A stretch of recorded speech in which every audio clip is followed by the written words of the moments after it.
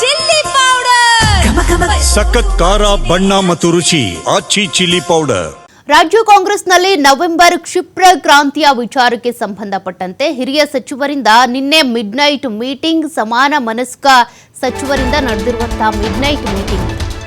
Ambika Sony ಅವರನ್ನ ಭೇಟಿ ಮಾಡಿ ಬಂದಿದ್ರು ಡಿಕೆ ಶಿವಕುಮಾರ್ ಅವರು 2-3 ದಿನಗಳ ಹಿಂದೆ. ಸೋನಿಯಾ ಗಾಂಧಿ ಪರಮ ಆಪ್ತೆ ಆಗಿರುವಂತಹ ಅಂಬಿಕಾ ಸೋನಿ ಅವರನ್ನ ಡಿಕೆ ಶಿವಕುಮಾರ್ ಅವರು ಭೇಟಿಯಾಗಿ ಬಂದಿದ್ರು ದೆಹಲಿಯಲ್ಲಿ. ಡಿಕೆ ಶಿವಕುಮಾರ್ ಅಂಬಿಕಾ ಸೋನಿ ಬಳಿಕ ಆಕ್ಟಿವ್ ಆಗಿದ್ದಾರೆ ಸಿಎಂ ಆಪ್ತರು. ಬ್ರೇಕ್ಫಾಸ್ಟ್, ಲಂಚ್ ಮೀಟಿಂಗ್ ಬಳಿಕ ಮಿಡ್ನೈಟ್ ಮೀಟಿಂಗ್ ಕೂಡ ನಡೆದಿದೆ. ಖಾಸಗಿ ಹೋಟೆಲ್ನಲ್ಲಿ ಹಿರಿಯ ಸಚಿವರ ಮಿಡ್ನೈಟ್ ಮೀಟಿಂಗ್ ನಡೆದಿದೆ. ಸುಮಾರು 1.5 ಗಂಟೆ ರಹಸ್ಯವಾಗಿ ಸಭೆ ನಡೆಸಿದ್ದಾರೆ ನಾಯಕರು. ಸಮಾನ ವಯಸ್ಕ ನಾಯಕರು, ಜೊತೆಗೆ ದಲಿತ ನಾಯಕರು, ದಲಿತ ಸಚಿವರು.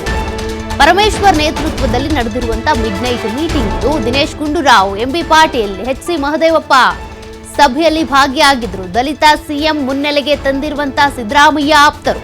ಈಗಾಗಲೇ ನೋಡಿ, ಡಿಕೆ ಶಿವಕುಮಾರ್ ಅವರು ಸಿಎಂ ಆಗ್ಲೇಬೇಕು ಅಂತ ಪ್ರಬಲ ಆಕಾಂಕ್ಷಿ. ಹೀಗಾಗಿ ಈ ಪವರ್ ಶೇರಿಂಗ್ ವಿಚಾರಕ್ಕೆ ಸಂಬಂಧಪಟ್ಟಂತೆ ಸಾಕಷ್ಟು ಹೇಳಿಕೆಗಳು ಹೊರ ಬರ್ತಾ ಇದ್ವು. ಸಿದ್ದರಾಮಯ್ಯನವರೇ 5 ವರ್ಷ ಸಿಎಂ ಅಂತ ಅವ್ರ ಬೆಂಬಲಿಗರು ಹೇಳ್ತಾ ಇದ್ರು. ಸ್ವತಃ ಸಿಎಂ ಕೂಡ ಹೈಕಮಾಂಡ್ ಹೇಳಿದ್ರೆ ನಾನೇ 5 ವರ್ಷದವರೆಗೂ ಕಂಟಿನ್ಯೂ ಆಗಿರ್ತೀನಿ ಅಂತ ಕೂಡ ಹೇಳಿದ್ರು. ಇದೆಲ್ಲ ಹೇಳಿಕೆಗಳ ತದನಂತರ ಡಿಸಿಎಂ ಡಿಕೆ ಶಿವಕುಮಾರ್ ಅವರು ರಾಹುಲ್ ಗಾಂಧಿ ಅವರ ಭೇಟಿಗೆ ಸಮಯ ಕೇಳಿದ್ರು. ಬಟ್ ಅವ್ರನ್ನ ಭೇಟಿ ಆಗೋದಕ್ಕಾಗ್ಲಿಲ್ಲ. ಆದ್ರೆ ಸೋನಿಯಾ ಗಾಂಧಿ ಅವರ ಪರಮ ಆಪ್ತೆ ಆಗಿರುವಂತ ಅಂಬಿಕಾ ಸೋನಿ ಅವರನ್ನ ಭೇಟಿಯಾಗಿ ಬಂದಿದ್ರು. ತದನಂತರದಲ್ಲಿ ಈಗ ಸಿಎಂ ಬೆಂಬಲಿಗರು, ಅವರ ಆಪ್ತರು, ಅವರ ಆಪ್ತ ಸಚಿವರೇನಿದ್ದಾರೆ ಅವರೆಲ್ಲರೂ ಕೂಡ ಆಕ್ಟಿವ್ ಆಗಿದ್ದಾರೆ. ಹೀಗಾಗಿನೇ ಲಂಚ್ ನೆಪದಲ್ಲಿ, ಡಿನ್ನರ್ ನೆಪದಲ್ಲಿ, ಬ್ರೇಕ್ಫಾಸ್ಟ್ ನೆಪದಲ್ಲಿ ಆಗಾಗ ಸೇರ್ತಿದ್ದಾರೆ, ಮೀಟಿಂಗ್ ಮಾಡ್ತಾ ಇದ್ದಾರೆ. ಮತ್ತಷ್ಟು ಡೀಟೇಲ್ಸ್ ಕೊಡ್ತಾರೆ ಪ್ರತಿನಿಧಿ ಶಿವಕುಮಾರ್. ನಿಜಕ್ಕೂ ಕೂಡ ಸಿಎಂ ಸಿದ್ದರಾಮಯ್ಯನವರ ಆಪ್ತರು, ಅದರಲ್ಲೂ ಕೂಡ ದಲಿತ ಸಿಎಂ ಕೂಗನ್ನ ಆಗಾಗ ಪದೇ ಪದೇ ಪುನರುಚ್ಚಾರ ಮಾಡುವಂತ ಸಚಿವರು ಸೇರ್ಕೊಂಡು ಬ್ರೇಕ್ಫಾಸ್ಟ್, ಡಿನ್ನರ್, ಲಂಚ್ ನೆಪದಲ್ಲಿ ಮೀಟಿಂಗ್ ಮಾಡ್ತಾ ಇದ್ದಾರೆ. ಉದ್ದೇಶ ಏನು? ಡಿಸಿಎಂ ಹೋಗಿ ಅಂಬಿಕಾ ಸೋನಿ ಅವ್ರನ್ನ ಮೀಟ್ ಆಗಿ ಬಂದಿದ್ದಾರೆ. ಹಾಗಾಗಿ ಸಿಎಂ ಆಕಾಂಕ್ಷಿ ಆಗಿರುವಂತ ಡಿಕೆ ಶಿವಕುಮಾರ್ ಅವರಿಗೆ ಏನಾದರೂ ಸೆಟ್ ಬ್ಯಾಕ್ ಮಾಡಬೇಕು ಅನ್ನುವಂಥ ಉದ್ದೇಶನ, ದಲಿತ ಸಿಎಂ ಕೂಗನ್ನ ಮತ್ತೆ ಮುನ್ನೆಲೆಗೆ ತರಬೇಕು ಅಂತನ, ಅಥವಾ ಸಿಎಂ ಆಗಿ ಸಿದ್ದರಾಮಯ್ಯನವರೇ ಮುಂದುವರಿಯುವಂತೆ ಮಾಡಬೇಕು ಅನ್ನೋದಾ?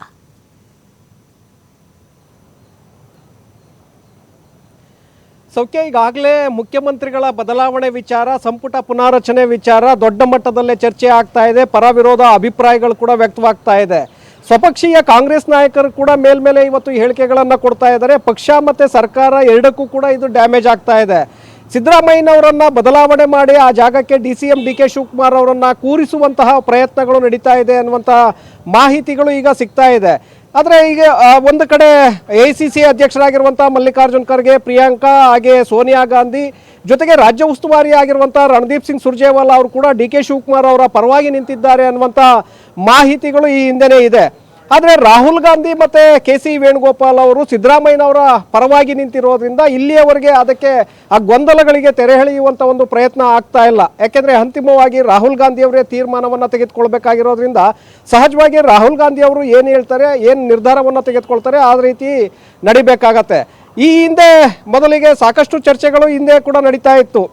2.5 ವರ್ಷಗಳ ಕಾಲ ಸಿದ್ದರಾಮಯ್ಯನವರು ಅಧಿಕಾರದಲ್ಲಿರ್ತಾರೆ, ನಂತರ 2.5 ವರ್ಷಗಳ ಕಾಲ ಡಿಕೆ ಶಿವಕುಮಾರ್ ಅವರು ಮುಖ್ಯಮಂತ್ರಿ ಆಗ್ತಾರೆ ಅನ್ನುವಂಥ ಚರ್ಚೆಗಳಿತ್ತು. ಆ ಸಂದರ್ಭದಲ್ಲೂ ಕೂಡ ಹೈಕಮಾಂಡ್ ಮಧ್ಯಪ್ರವೇಶವನ್ನು ಮಾಡಿ ಯಾರೂ ಬಹಿರಂಗವಾಗಿ ಹೇಳಿಕೆಗಳನ್ನು ಕೊಡಬಾರ್ದು ಅನ್ನುವಂಥ ಸೂಚನೆಯನ್ನು ಕೊಡ್ತು ಬಿಟ್ಟರೆ ಮತ್ತೆ ಅದಕ್ಕೆ ಬ್ರೇಕ್ ಹಾಕುವಂಥ ಪ್ರಯತ್ನ ಆಗಿರಲಿಲ್ಲ.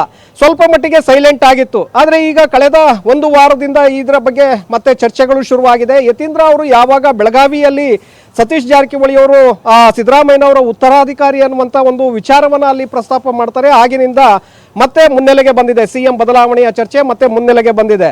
ಡಿಕೆ ಶಿವಕುಮಾರ್ ಆಪ್ತ ಬಳಗದಲ್ಲೂ ಕೂಡ ಈಗಾಗಲೇ ಡಿಕೆ ಶಿವಕುಮಾರ್ ಅವರು ನವೆಂಬರ್ನಲ್ಲಿ ಕ್ರಾಂತಿ ಆಗತ್ತೆ, ಡಿಕೆ ಶಿವಕುಮಾರ್ ಸಿಎಂ ಆಗ್ತಾರೆ ಅನ್ನುವಂಥ ನಿರೀಕ್ಷೆಗಳನ್ನು ಈಗಾಗಲೇ ಇಟ್ಕೊಂಡಿದ್ದಾರೆ. ಈ ಕಡೆ ಸಿದ್ದರಾಮಯ್ಯನವರ ಆಪ್ತ ಬಳಗ ಕೂಡ ನಾನಾ ತಂತ್ರಗಾರಿಕೆಯನ್ನು ಮಾಡ್ತಾ ಇದೆ. 5 ವರ್ಷಗಳ ಕಾಲ ಸಿದ್ದರಾಮಯ್ಯ ಅವರನ್ನೇ ಮುಂದುವರಿಸಬೇಕು ಅನ್ನುವಂಥ ನಿಟ್ಟಿನಲ್ಲಿ ಪ್ರಯತ್ನಗಳನ್ನು ಮಾಡ್ತಾ ಇದೆ. ಒಂದು ವೇಳೆ ಏನಾದರೂ ಬದಲಾವಣೆ ಮಾಡುವಂಥ ಪ್ರಯತ್ನ ಆಗಿದ್ದೇ ಆದರೆ ಆ ಸಂದರ್ಭದಲ್ಲಿ ದಲಿತ ಸಿಎಂ ಕೂಗನ್ನ ಮುಂದೆ ಬಿಡುವಂತ ಒಂದು ಯೋಚನೆಯಲ್ಲಿ ಆಪ್ತ ಬಳಗ ಪ್ರಯತ್ನಗಳನ್ನು ನಡೆಸಿದಂತೆ ಕಾಣಿಸ್ತಾ ಇದೆ. ನಿನ್ನೆ ಕೂಡ ಮುಖ್ಯಮಂತ್ರಿಗಳು ಸಮಿತಿ ಕೊಠಡಿಯಲ್ಲಿ ಪರಮೇಶ್ವರ್ ಹಾಗೆ ಮಹದೇವಪ್ಪ ಅವರ ಜೊತೆ ಚರ್ಚೆಯನ್ನ ಮಾಡಿದ್ರು. ಅಧಿಕಾರಿಗಳನ್ನ ಅಲ್ಲಿದ್ದಂತಹ ನಾಯಕರನ್ನ ಹೊರಗಡೆ ಕಳಿಸಿ ಕ್ಲೋಸ್ ಡೋರ್ ಮೀಟಿಂಗ್ ಅನ್ನ ಮಾಡ್ತಾರೆ. ಆ ಸಂದರ್ಭದಲ್ಲಿ ಮುಖ್ಯಮಂತ್ರಿಗಳು ಇಬ್ಬರು ನಾಯಕರಿಗೆ ಏನನ್ನ ಹೇಳಿದ್ರು ಅನ್ನುವಂಥದ್ದು ಇನ್ನೂ ಕೂಡ ಕುತೂಹಲ ಆಗೇ ಇದೆ. ಅದಾದ ನಂತರ ಪರಮೇಶ್ವರ್ ಮಹದೇವಪ್ಪ ಅವರ ಕಚೇರಿಯಲ್ಲಿ ಚರ್ಚೆಯನ್ನ ಮಾಡ್ತಾರೆ. ಅಲ್ಲಿ ಚರ್ಚೆ ಆದ ನಂತರ ಮಿಡ್ ನೈಟ್ ಮೀಟಿಂಗು ಮತ್ತೆ MB ಪಾಟೀಲ್ ಹಾಗೆ ದಿನೇಶ್ ಗುಂಡೂರಾವ್ ಮತ್ತೆ ಪರಮೇಶ್ವರ್ ಮಹದೇವಪ್ಪ ಅವರು ಖಾಸಗಿ ಹೋಟೆಲ್ನಲ್ಲಿ ಸಭೆಯನ್ನು ನಡೆಸ್ತಾರೆ ಅನ್ನುವಂಥ ಮಾಹಿತಿಗಳು ಈಗ ಹೊರಗಡೆ ಬೀಳ್ತಾ ಇದೆ. 4 ಜನ ಸುಮಾರು 1.5 ಗಂಟೆಗಳ ಕಾಲ ಖಾಸಗಿ ಹೋಟೆಲ್ನಲ್ಲಿ ಸಭೆಯನ್ನು ನಡೆಸಿದ್ದಾರೆ. ಆ ಸಭೆಯ ಹಿಂದಿರುವಂತಹ ಉದ್ದೇಶ ಲೆಕ್ಕಾಚಾರಗಳು ಏನು ಅನ್ನುವಂಥ ಕುತೂಹಲಗಳು ಈಗ ಬರ್ತಾ ಇದೆ. ಯಾಕೆಂದ್ರೆ ಎಲ್ಲರೂ ಕೂಡ ಸಿದ್ದರಾಮಯ್ಯನವರ ಆಪ್ತ ಬಳಗದಲ್ಲೇ ಗುರುತಿಸ್ಕೊಂಡಂಥವ್ರು. ಪರಮೇಶ್ವರ್ ಇರ್ಬೋದು, HC ಮಹದೇವಪ್ಪ, MB ಪಾಟೀಲ್ ಹಾಗೆ ದಿನೇಶ್ ಗುಂಡೂರಾವ್ ಅವರು ಯಾವ ವಿಚಾರದ ಬಗ್ಗೆ ಅವರು ಅಲ್ಲಿ ಚರ್ಚೆಯನ್ನ ಮಾಡಿದ್ರು, ಡಿನ್ನರ್ ನೆಪದಲ್ಲಿ ಹೋಟೆಲ್ನಲ್ಲಿ ಸೇರಿ ಅವರು ಮಾಡಿದಂತಹ ಚರ್ಚೆಗಳೇನು, ಇದು ಈಗ ಕುತೂಹಲಕ್ಕೆ ಕಾರಣ ಆಗ್ತಾ ಇದೆ.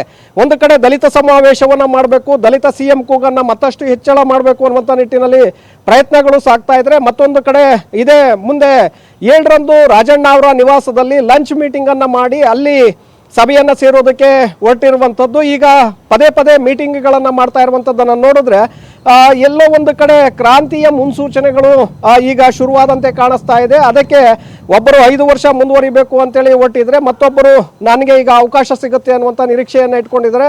ಅದರ ಜೊತೆಗೆ ನಾವ್ಯಾಕೆ CM ಆಗಬಾರ್ದು ಅನ್ನುವಂಥ ನಿಟ್ಟಿನಲ್ಲಿ ಪರಮೇಶ್ವರ್ ಅವರು ಕೂಡ ದಲಿತ CM ಅಸ್ತ್ರವನ್ನ ಈಗ ಪ್ರಯೋಗ ಮಾಡ್ತಾ ಇದ್ದಾರೆ.